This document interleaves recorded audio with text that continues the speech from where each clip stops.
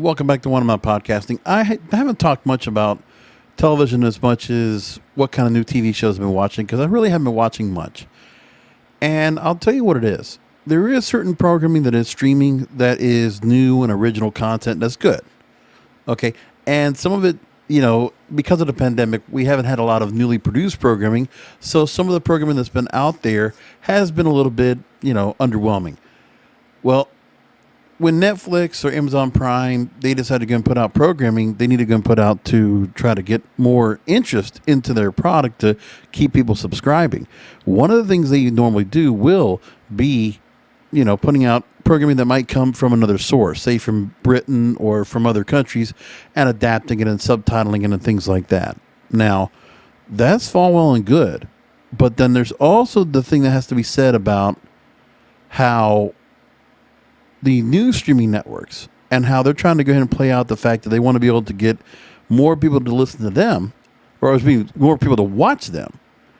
And they're basically going not only to show, they're not only just going to go ahead and take their old archives and put them up there on this particular platform. No, we're also going to rehash and reboot programming from the past. So it's not even so much where you have to greenlight a new show to make sure that people will go ahead and subscribe. No, you're going to have to go back to the barrel and basically bring back a show that might be 10, 15, or 20 years old and bring it back. And that's what we're hearing right now. Or we're getting some shows that are revived and are coming back with a new kind of feel to it. So somehow they think, well, taking some of these shows that were in their prime in the 80s and 90s and bringing them back, well, that's what we're seeing right now. So Peacock, they have a Saved by the Bell. Saved by the Bell, right? They now have a Punky Brewster version where Punky's now all grown up and she's got a daughter. And now we're reading that Frasier is about to come back. So Kelsey Grammer is going to reprise his role as Dr. Frasier Crane in a rebooted version of Frasier on Paramount Plus. Amazing he's going to do this. So he played the Frasier Crane character on Cheers back in the mid-'80s before being on his own show for 11 seasons in the 90s on Frasier. It's been 17 years since Frasier wrapped up its original run. There's a reason why it stops. 11 years is more than enough. And that's after Frasier Crane and this character was actually on Cheers for what was it, about a good 6 years of it? Something like that? I don't know why people think this is a good idea. With Saved by the Bell, they already did try to do a spinoff. They did the college years. It lasted for, maybe 2 years, and that was gone. Instead of spinning off, and the thing is, spin-offs are fine when you've done something after a while, but then this thing is, it's as if there's no faith in these corporate giants that are running these streaming services like Paramount Plus or Peacock. They have no other options. They have nothing else they can think of. It's not like Disney Plus that owns almost everything, so they can just go and use Marvel and Star Wars and Disney products and just put it out there and just milk it dry. For Peacock or for Paramount Plus, they're going back to their old library. And God forbid they try to bring new shows back and they just go and replenish the whole cast. No, they're bringing back people and just bringing the whole cast back. Amazing. And, okay, CBS Studios president about the Frasier reboot says that there's been long been a call from fans for its return. Who's asking for a return for Frasier? Who's asking for a return for any of these shows? I didn't hear about it. So that's what they're doing. Now, as for CNN reporting, they're saying that CNN's reporting, right away. They're saying there's no word about a supporting cast.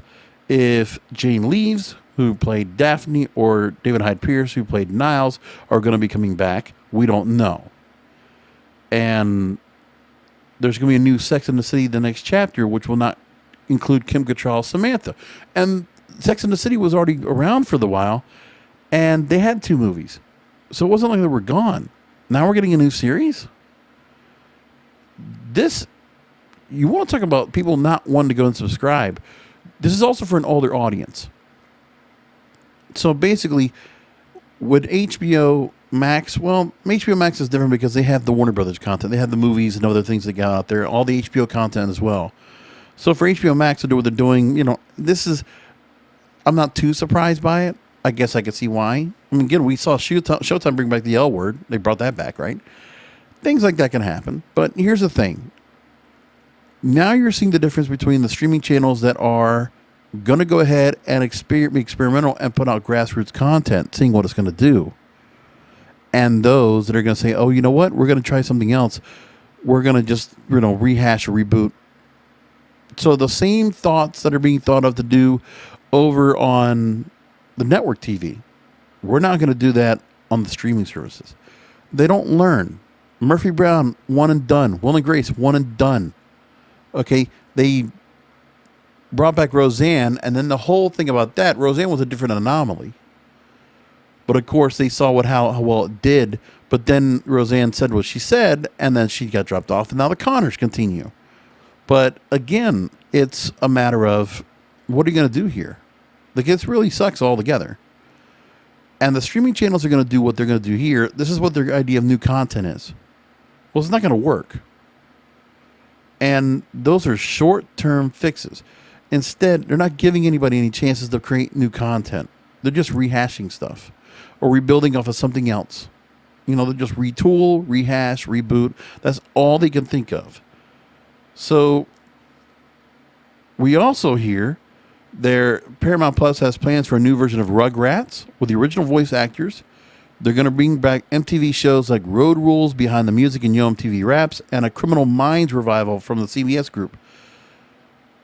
And then maybe even Twin Peaks might come back again after they did one new season to kind of correct things up on Showtime, and now they're going to bring it back once again. This Insight article I'm taking this from, they talk about this whole idea about even if a reboot doesn't have to grapple with how to explain away missing cast members, they rarely hang around for more than 1 or 2 extra seasons, not adding much to the show's legacy. In the worst cases, they harm it. So they try to do new seasons of Arrested Development. People didn't like it. They panned it. Will and Grace was groundbreaking in 1988, and then they brought it back in 2017 on NBC. It felt out of step with the times, like a tired relic from a bygone era when sitcoms were filmed in front of a live studio audience and full of tired stereotypes about LGBTQ characters. So is Frasier going to do a podcast now? It can't be a radio show.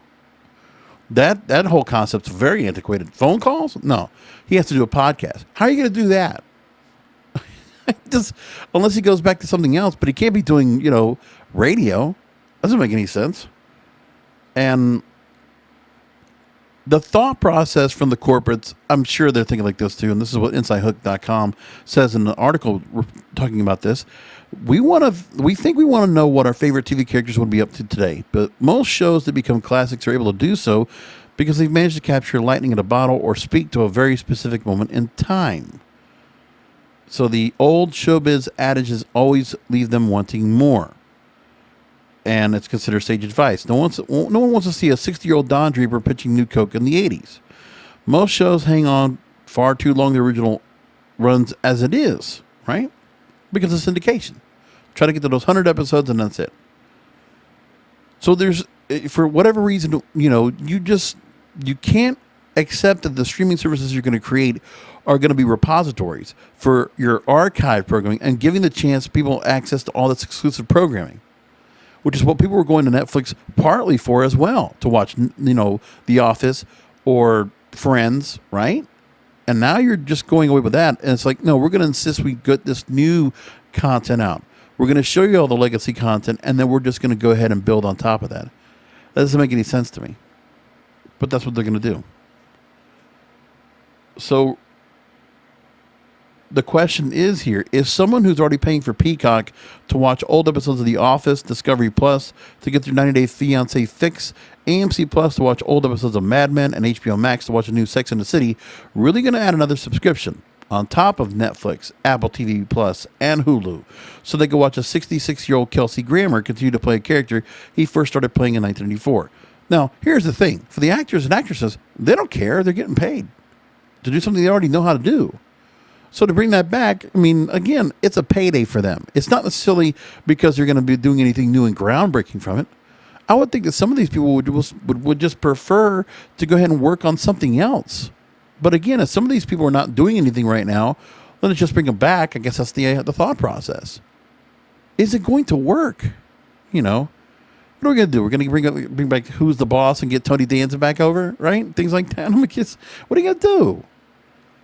You know, at least they're not doing the stupid thing by, just recasting the show with new characters, right? At least they're not doing that. But I don't know. But this is something they decided to do on a regular basis, and it's a pretty stupid idea on my part. And again, it will not work for streaming. It's not a good idea. But who am I to say anything to the corporates? They're going to do what they're going to do. All this is proving is that Netflix will continue, along with Amazon Prime and Apple Plus TV and Hulu, they will dominate the streaming for as long as they want, because these corporate entities with Paramount Plus and Peacock and others, they're all late to the game with lame ideas. And I'll leave it there. I'll talk to you next time.